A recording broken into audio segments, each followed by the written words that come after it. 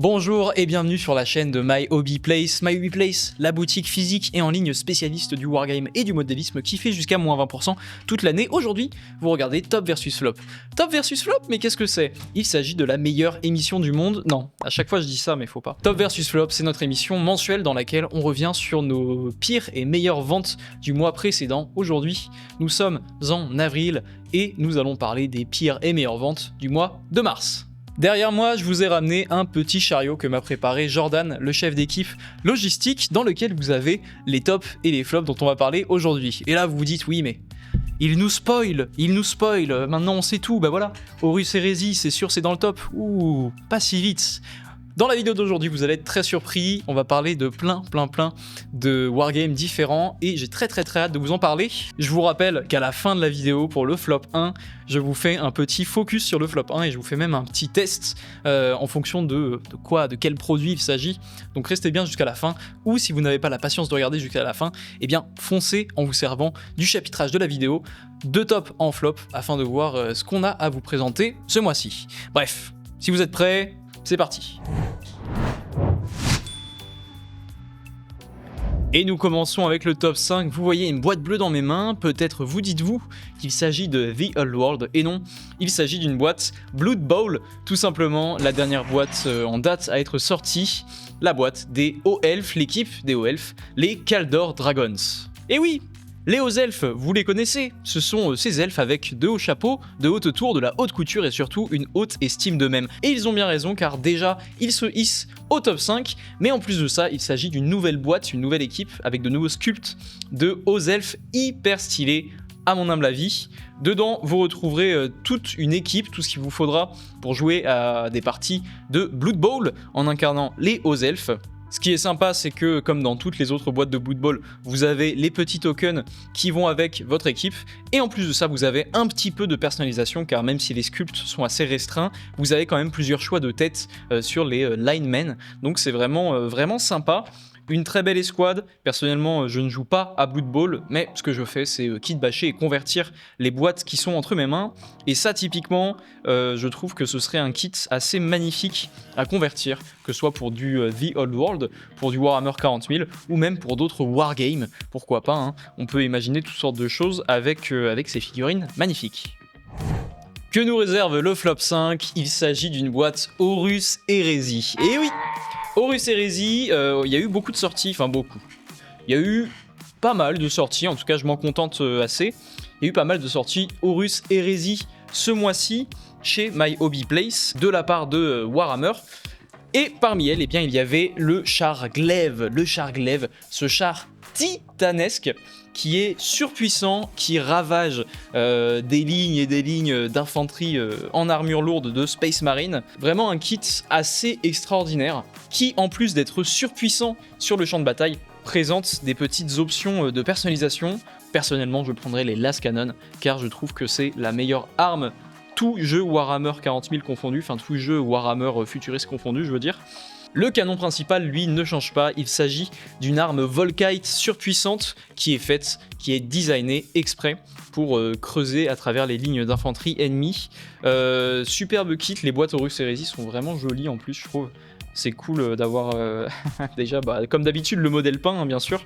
Mais en plus de ça, je sais pas s'ils ont fait ça parce qu'ils avaient la place de le faire, s'il fallait combler les trous ou quoi. Mais hop, petite illustration du char dans un magnifique décor Warhammer, avec à côté de lui deux pauvres péons. Et en dessous, petites illustrations aux couleurs des Imperial Fist ou aux couleurs des Iron Warriors. Très sympa.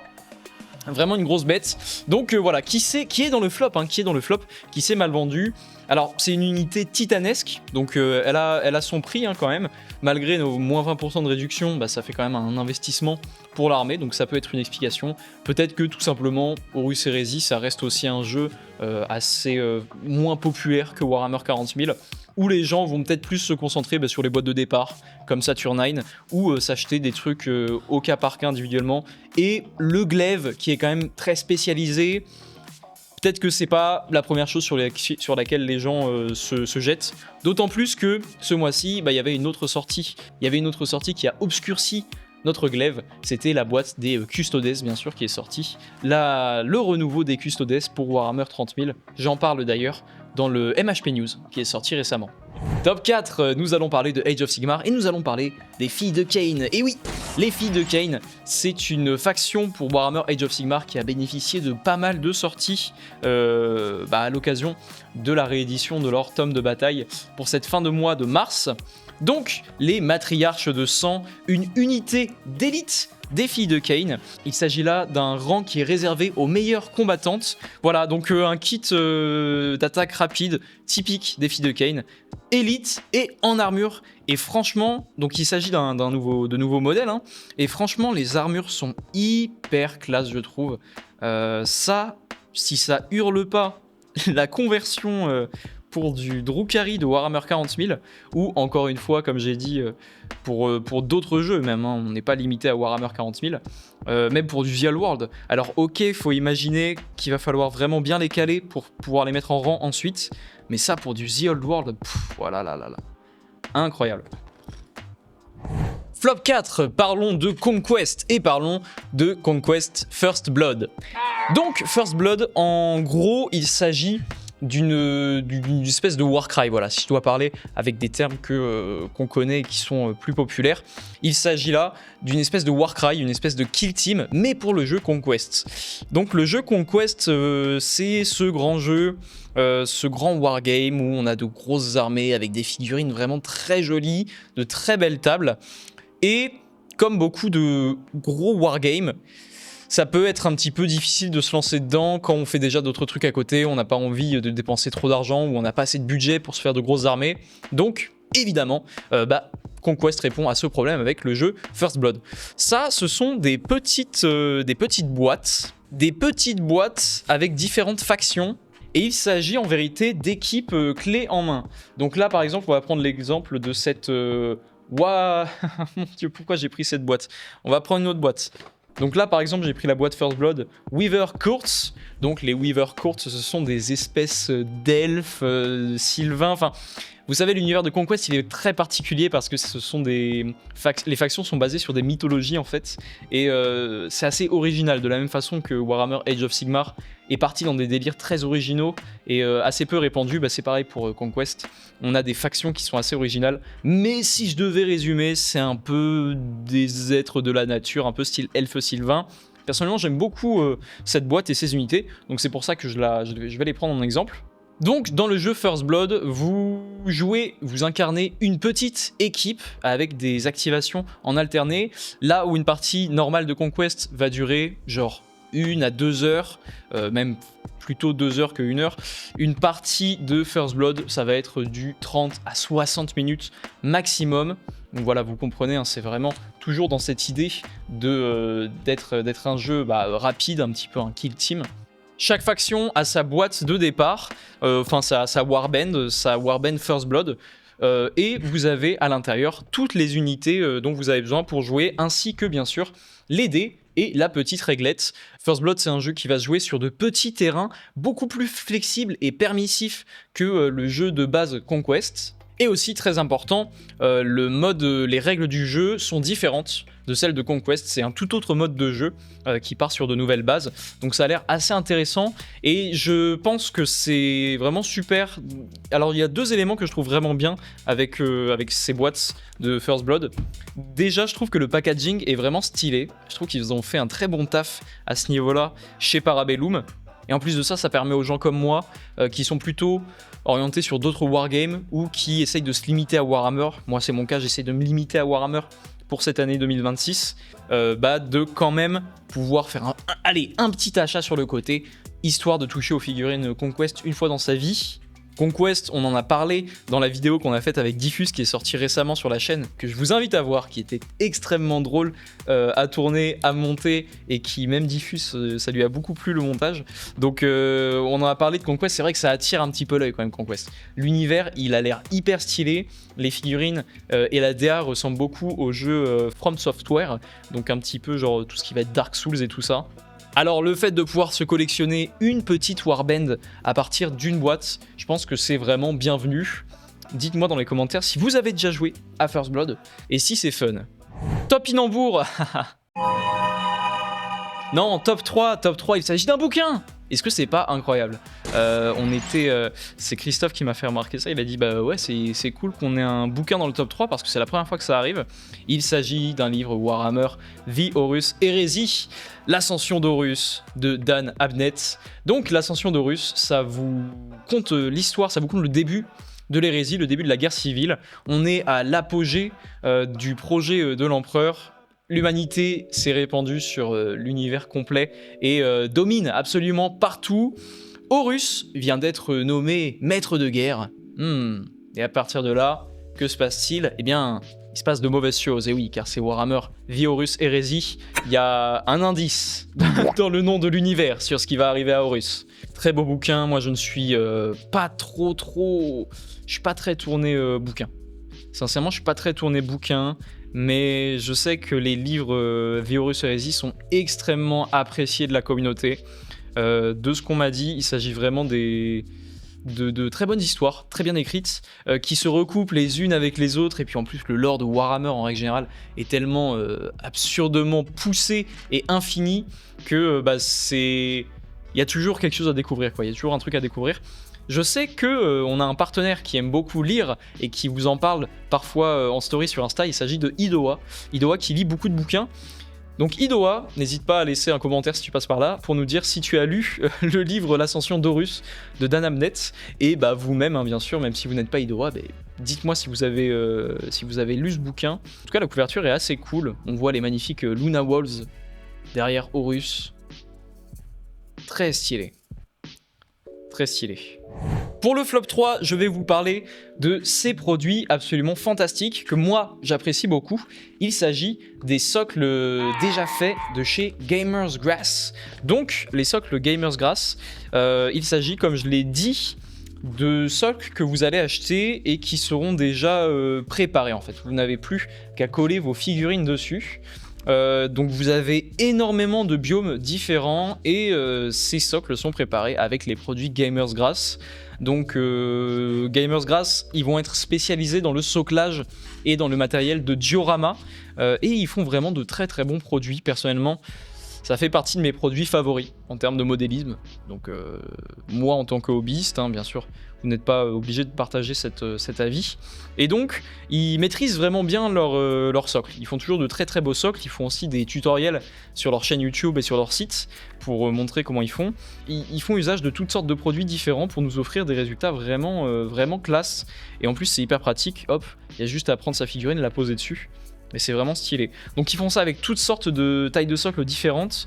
Et surtout, ce qui est intéressant, c'est que ça va être standardisé pour les principaux wargames. Typiquement, Warhammer 40 000, vous voyez, ça c'est des socles de 60 mm qui sont extrêmement similaires aux socles Warhammer.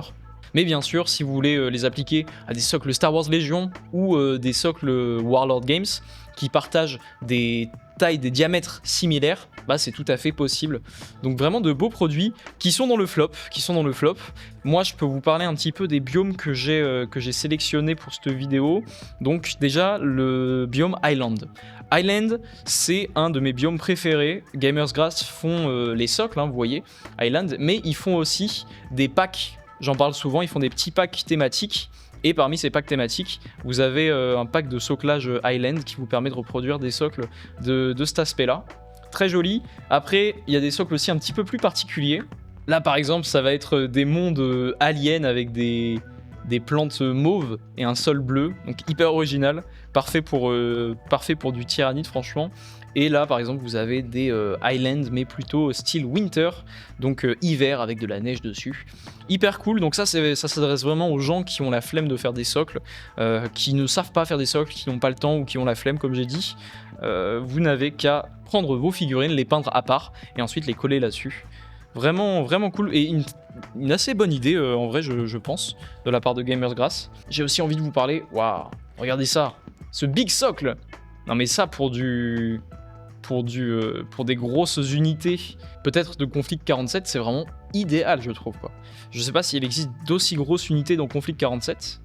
En tout cas, il en existe dans Warhammer 40 000. Donc voilà, il y a plein de trucs. Je vous mets les liens en description pour accéder pour accéder à la page. Allez checker ça. C'est hyper stylé. Le top 2, c'est une sortie retentissante qui a fait beaucoup de bruit dans la communauté.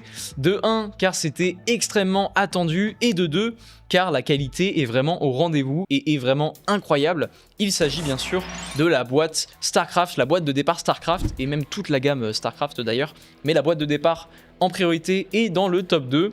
Donc cette boîte de départ, déjà on l'a fait à moins 20% chez My Hobby Place, comme toute la gamme StarCraft qui est disponible à moins 20%. Ça veut dire qu'au lieu de l'avoir à 200 balles, bah vous l'avez à 159,20 €. La boîte est en précommande, comme tous les autres produits StarCraft, et sera livrée à partir de mai 2026. D'ici là, vous avez le temps de mettre un petit peu de côté ou de continuer de réfléchir si vous n'êtes pas encore sûr de craquer pour StarCraft. Mais en tout cas, je dois avouer que ce sont de très beaux modèles et des reviews qu'on a pu avoir. La qualité du plastique est vraiment au rendez-vous. C'est similaire, c'est comparable à ce que fait Warhammer aujourd'hui, ce qui est quand même vraiment cool pour un wargame qui vient de se lancer. Apparemment, les règles sont plutôt sympas aussi.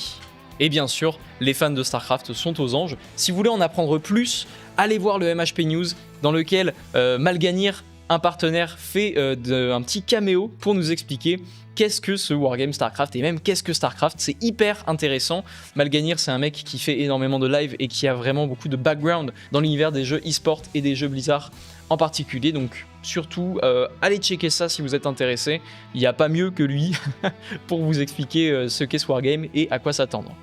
Flop 2, on va parler pinceau et on va parler du produit qui me fascine peut-être le plus dans toute cette vidéo. Il s'agit de la gamme Stradivarius de chez Raphael, des pinceaux Raphael. Donc déjà, si vous ne le savez pas, les pinceaux Raphael sont des pinceaux extrêmement réputés, qui ont leur coût, qui ont leur prix, mais qui sont vraiment d'une très grande qualité et qui vous durent à l'éternité en fait, qui vous durent toute la vie. Et qui vous permettent évidemment d'avoir une très bonne maîtrise de votre pinceau, de votre peinture. Bref, c'est super agréable de peindre avec ça. Pour l'anecdote, le patron de My Hobby Place m'a dit à plusieurs reprises que lui, il ne peignait qu'avec ça, et il a, je crois, 1 ou 2 pinceaux Raphael, c'est tout. C'est pour vous dire vraiment la qualité du pinceau. Qu'est-ce qui est intéressant avec ces pinceaux? Je vais vous le dire. Donc, ces pinceaux Raphael de la gamme Stradivarius, pourquoi est-ce qu'ils sont particuliers? Parce qu'il s'agit de pinceaux synthétiques, mais imitation Kolinsky. Donc ça veut dire que vous avez le meilleur des deux mondes. C'est une question qui se pose parfois dans la communauté en termes d'éthique. Il y a des gens qui sont un peu bloqués parce qu'ils se disent les pinceaux poils naturels, j'ai pas trop envie de les utiliser parce que c'est pas hyper éthique envers les animaux. En revanche, les pinceaux synthétiques, c'est pas hyper éthique non plus de façon écologique parce que souvent ils tiennent moins bien. Et donc, au bout d'un moment, il faut les jeter. Au bout de quelques mois, il faut les jeter. Donc, ça pose des questions en termes de consommation. En fait, là, on a une super réponse de la part de Raphael. Ça va être cette gamme qui a le meilleur des deux mondes. Donc, pinceau synthétique, mais qui imite à la perfection des poils naturels. Donc, c'est hyper intéressant. Ce qui est aussi super cool, c'est que vous allez avoir énormément de gammes, de sous-gammes différentes. Là par exemple je vous ai sorti les pinceaux de la série 8344. Rien que dans la série 8344 vous allez avoir plein de tailles différentes, et si vous ne savez pas quoi choisir, moi je vous conseille ce pinceau là. Donc ça c'est un pinceau de la série 8344 et c'est la taille 0, et je vais essayer de zoomer au maximum pour vous montrer. Donc à mon humble avis, ça c'est vraiment la taille qu'il vous faut si vous ne savez pas quoi choisir, si vous ne voulez acheter qu'un seul de ces pinceaux. La taille 0 de la série 8344, c'est la taille à tout faire. C'est la taille à tout faire, on peut voir que la pointe est assez fine, ce qui permet de faire les détails sans problème. Et la base est quand même assez large et assez grande pour avoir une bonne réserve de votre peinture sur le pinceau. Moi, c'est la taille que je prendrais. D'ailleurs, c'est la taille que je vais prendre en fait après cette vidéo, parce que je n'avais pas connaissance de l'existence de ces produits, de ces nouveaux pinceaux là. Mais je trouve qu'effectivement, c'est hyper intéressant l'idée de faire des pinceaux synthétiques, mais sans exploitation animale. Je savais même pas que c'était possible. Et donc, naturellement, si j'en parle avec autant de confiance, des retours que j'ai pu voir, la qualité est vraiment bonne et vraiment au rendez-vous. Donc c'est hyper cool. Et maintenant, nous pouvons passer au top 1. Et oui, c'est pour ça que le glaive il était dans les flops, parce que en même temps que de la sortie du glaive, vous aviez la boîte de combat des Custodes. magnifique, j'en ai parlé dans le MHP News qui est sorti. Donc cette boîte de combat, elle est assez énorme et elle est vraiment hyper cool parce qu'à l'intérieur, vous retrouvez toutes les nouvelles unités, enfin presque toutes les nouvelles unités qui avaient été annoncées par Games il y a quelques temps, à savoir vous avez 12 gardes custodes. Bien entendu, pour guider tout ce beau petit monde, vous avez un capitaine rempart.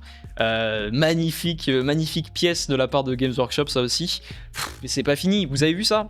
Contemptor Dreadnought, format Aquilus. Donc ça, c'est une unité, pour les plus anciens d'entre vous, c'est une unité qui n'était disponible que chez Forge World, que je voyais des fois dans les White Dwarf quand j'étais plus jeune, mais jamais de ma vie j'aurais pensé en voir un jour un kit plastique. Et là, bam, le kit plastique magnifique avec plusieurs options d'armement, donc soit avec la lance pour le Aquilus, soit avec l'épée et le bouclier pour le Contemptor Galatus. Hyper classe, et bien sûr, en plus de tout ça, vous avez le Caladius Annihilator Grave Tank, un véritable classique de l'armée custodienne. Donc, cette boîte de Custodes, bien entendu, c'est le top 1. Pourquoi ? Parce que déjà, les kits sont magnifiques. Ils permettent de jouer sans problème avec Horus Heresy. Mais évidemment, vous pouvez utiliser ces unités pour les jouer dans Warhammer 40 000. Ce qui va vous éviter de devoir contourner, chercher de l'occasion ou acheter du Forge World qui coûte vraiment cher. Là, vous avez des kits plastiques qui sont faciles à monter, qui sont faciles à convertir, qui coûtent beaucoup moins cher que des kits résine. Donc c'est vraiment le meilleur de tous les mondes, c'est le meilleur monde. C'est tout simplement le meilleur monde. Cette boîte est trop classe, et vous voyez en plus ce qui nous a vraiment étonné quand on l'a reçue à l'entrepôt, c'est qu'on est sur du carton rigide. On est sur du carton rigide pour une boîte aussi petite, pour un bataillon comme ça. Donc c'est marrant. Et petit dernier point positif, c'est le fait que vous avez plein d'options de têtes différentes. Donc 12 têtes nues ou 12 têtes casquées pour vos custodes. Et parmi ces têtes, vous avez aussi des têtes de meufs. Donc c'est sympa, comme ça si vous voulez équiper vos custodes avec des têtes de femmes, c'est possible. Ce qui est vraiment hyper classe. Idem pour le Shield Captain, qui va être soit avec son casque, soit avec sa tête nue. Donc c'est trop cool. Et alors, pour le flop 1, j'ai plein de produits à vous montrer, donc j'essaie de tout cacher avec mes bras. On dirait mes petits bébés. C'est mes petits bébés produits. Il s'agit des magnifiques sets de textures AK qui sont vraiment de très très bonne qualité. Enfin, en tout cas, personnellement, moi, c'est pas la gamme que j'utilise principalement, mais à chaque fois que j'en ai utilisé, j'ai toujours été satisfait. Et là, c'est cool, il y a une petite sélection, on a plein de produits différents, donc bien évidemment, je vais peut-être pas essayer chaque produit, parce que là, vous avez quand même donc un produit de mousse pour seal et texturer vos dioramas. Vous avez un produit qui va vous faire un petit peu d'un effet neige sur vos socles. Vous allez avoir un produit qui s'appelle Demon Earth, donc ça, je sais pas trop, mais on dirait une espèce de sable un petit peu mauve, un petit peu étrange, donc ça a l'air pas mal intéressant. Vous avez bien sûr le classico effet craquelé qui a l'air hyper stylé, Fireland, une espèce de terre rougeâtre, Muddy Ground, un vrai classique. Le Muddy Ground, c'est l'effet boue, Asphalt, trop stylé, Lunar Desert. Donc là, tout est dans le titre, bien sûr. Désert lunaire. Désert normal. Il est indiqué au dos de la boîte que ça va être un désert genre Afrique du Nord et tout. Très stylé. Et enfin, on a Water Gel Atlantic Blue. Donc, lequel choisir? Bon, alors déjà, pour vous dire un peu, ça, ce sont des produits clés en main. On peut dire ça comme ça. Vous allez faire votre figurine, vous allez être heureux, vous allez vous dire voilà, j'ai fait un petit Space Marine, il est assez stylé et j'ai envie de lui faire un soclage maintenant. Si vous êtes du même style que Diffus, d'ailleurs je vous invite à voir la vidéo qu'on a sortie il y a pas longtemps où justement à la fin de la vidéo il explique ça sur ses soclages. Il dit moi j'aime bien généralement peindre ma figurine et faire le soclage après. Donc ça va être ce que vous allez pouvoir faire avec ce genre de produit. Vous peignez votre figurine et à la fin vous appliquez ça sur le socle et ça vous donne directement un effet d'une manière assez facile. Et vous avez plein de catégories différentes, Là c'est pas du tout exhaustif la petite sélection que j'ai devant moi. Vous allez appliquer ça sur votre socle, vous allez être content et j'ai envie de faire un petit test. Donc il faut que je me décide, je vais pas tout ouvrir. J'ai envie de vous montrer la base de la base, à savoir le Muddy Ground, qui est un vrai classique, qui sert, d'après moi c'est un essentiel même. Ça peut vous servir dans plein de situations différentes. De la terre un petit peu boueuse, c'est la base, j'ai l'impression. Et ensuite, j'ai hésité, je me suis dit, Lunar Desert, ça a l'air vraiment marrant. C'est vrai que je me demande si ça fait tout seul des cratères, genre. Demon Earth aussi, ça éveille vachement ma curiosité. Ça a l'air un peu mauve, un peu bleu, un peu mauve, vous voyez, sur l'image. Donc je me dis, mais à quoi ça ressemble?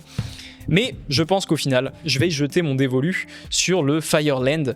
Fireland, c'est cette terre un petit peu aride, un petit peu orangeâtre. Et il faut savoir que moi, j'aime beaucoup ça. C'est la couleur que je donne à mes unités Horus Heresy pour le socle. Donc, allez, on va tester, on va voir si ce produit vaut mieux, entre guillemets, que moi, tout le délire de pigments que je me fais avec mes socles Horus Heresy et tout. Donc on va faire plusieurs tests. On va appliquer sur un socle et ne pas y toucher. On va appliquer sur un socle puis repeindre par-dessus. Et je pense que on va s'amuser aussi avec des pigments, voir ce que ça fait. C'est parti pour le test. Alors moi, pour les textures, ce que j'ai l'habitude de faire, c'est d'utiliser soit un pinceau, soit ce genre de petit outil de sculpture très pratique. Donc voilà, soit l'un soit l'autre, ça dépend de ce que j'ai besoin de faire. La plupart du temps, un outil comme ça, une espèce de spatule, ça convient parfaitement. Le pinceau, ça va être pratique si jamais vous avez besoin de mettre ce genre de texture sur des zones particulières, sur des zones précises. Là, normalement, ça devrait aller. Donc, ce que je vais faire... Oh waouh, c'est hyper kiffant. Moi, j'aime trop. J'aime trop. Ok. Donc, ce qui va se passer, je pense que celui-ci, on va rien lui appliquer dessus. Donc, on va mettre le produit tel quel sur le Space Marine, sur l'Ultramarine. Sur le clone, on va mettre le produit et on va rajouter peut-être genre un pigment ou un lavis. Je pense qu'on peut essayer ça, un petit pigment ou un lavis. Et sur notre troisième compagnon légionnaire, on va tout simplement repeindre par-dessus. On va repeindre par-dessus et on va voir comme ça à quoi ça ressemble. Je sais pas, après c'est vraiment un test, c'est la première fois que j'utilise ce truc. Donc je vais me faire la main sur le Space Marine, tiens, pour commencer.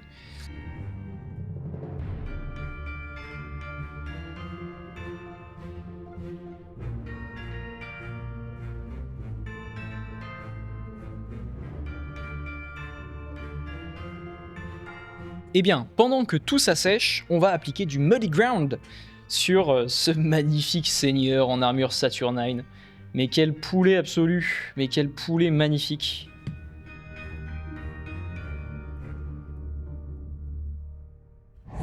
Alors, que disent les résultats du test? Voilà le résultat, moi je suis plutôt satisfait. Donc on va commencer par la texture Fireland de base. Donc c'est celle-ci. La texture Fireland de base, je la trouve franchement très correcte.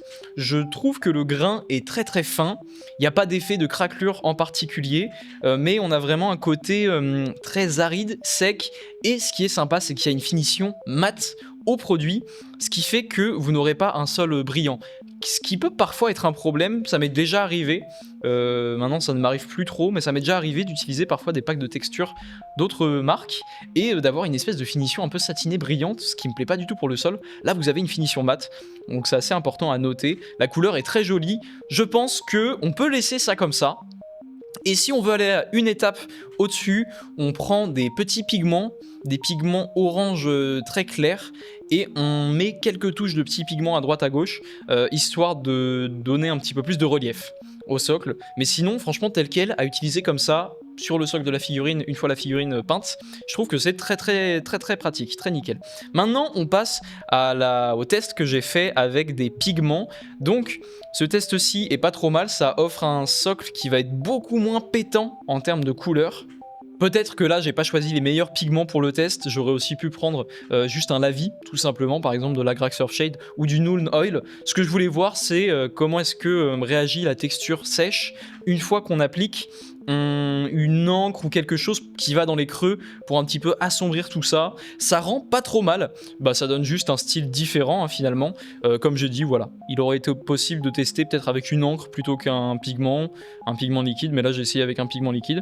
C'est plutôt stylé, je pense que c'est à creuser, mais après ça dépend des goûts aussi. Ça dépend des goûts et des planètes où se trouvent nos figurines. Ensuite, j'ai fait un test pour peindre cette texture une fois sèche. Donc j'ai fait le test avec ce magnifique légionnaire. Donc le légionnaire n'est pas peint en lui-même, mais le sol, j'ai fait une rapide sous-couche noire, léger zénital de Mechanicus Standard Grey, et ensuite un brossage à sec de Citadel Downstone, puis de Citadel White Scar, histoire de faire une espèce de sol un petit peu urbain. Quoique ça fait aussi peut-être un effet lune. Bah, c'était juste pour voir comment est-ce que ça rendait. Et quant aux zones où j'avais mis plus de matière que d'autres, on peut voir qu'elles sont un petit peu plus arrondies que les zones où j'ai mis le moins de matière. Donc ça c'est sympa si vous voulez mettre un petit peu de variation sur vos socles. Si vous voulez pas que ce soit complètement uniforme, vous pouvez choisir de mettre des pâtés de Fireland à certaines zones, à certains endroits, afin de créer des reliefs intéressants. Je trouve que le résultat est vraiment très bien, très correct. Je vois pas de différence particulière une fois peint avec d'autres matières qu'on aurait pu utiliser. Et bien sûr le Muddy Ground, donc là j'ai fait un test avec le Muddy Ground pour vous montrer à quoi ça ressemblait. Donc je connaissais déjà ce produit, je le connais très bien, mais il est tout à fait stylé, je trouve, il est assez parfait. Pour moi c'est vraiment la base le Muddy Ground. Je vous conseille d'acheter un gros pot de Muddy Ground, et si vous voulez pas dépenser dans un gros pot de Muddy Ground, achetez les petits pots, les petits formats, mais ça sert vraiment toujours, donc ça c'est un must-have à mon avis. En tout cas, j'espère que cette vidéo vous aura plu, j'espère que Stop Flop vous aura peut-être surpris, inspiré ou informé sur les sorties qu'il y avait eu ce mois-ci. Je vous rappelle que MyWePlace vous offre 10 000 €, c'est une offre exceptionnelle qu'on fait sur tout le mois d'avril. Du 1er au 30 avril, pour un achat effectué sur notre boutique en ligne, vous participez automatiquement au concours. À gagner, il y a 100 bons d'achat d'une valeur de 100 € chacun. On fait le tirage au sort le 6 mai et ce sera effectué par un commissaire de justice. Et bien entendu, les gagnants et les gagnantes seront contactés par mail. Donc surtout, le mois d'avril pour vous, c'est le moment de commander chez MyHobbyPlace. N'hésitez pas à faire un petit tour si jamais il y a des produits qui vous ont plu pendant la vidéo, ou si vous voulez vous acheter des petits outils de modélisme ou quoi, bah ça va être le moment là, comme ça vous pouvez participer automatiquement au concours. Et quand même un bon d'achat de 100 balles, bah ça fait toujours plaisir. Avec 100 balles là, vous pourriez vous acheter 2-3 produits qu'on a évoqués durant cette vidéo. Quant à moi, il ne me reste plus qu'à vous souhaiter un bon hobby et à vous dire ciao!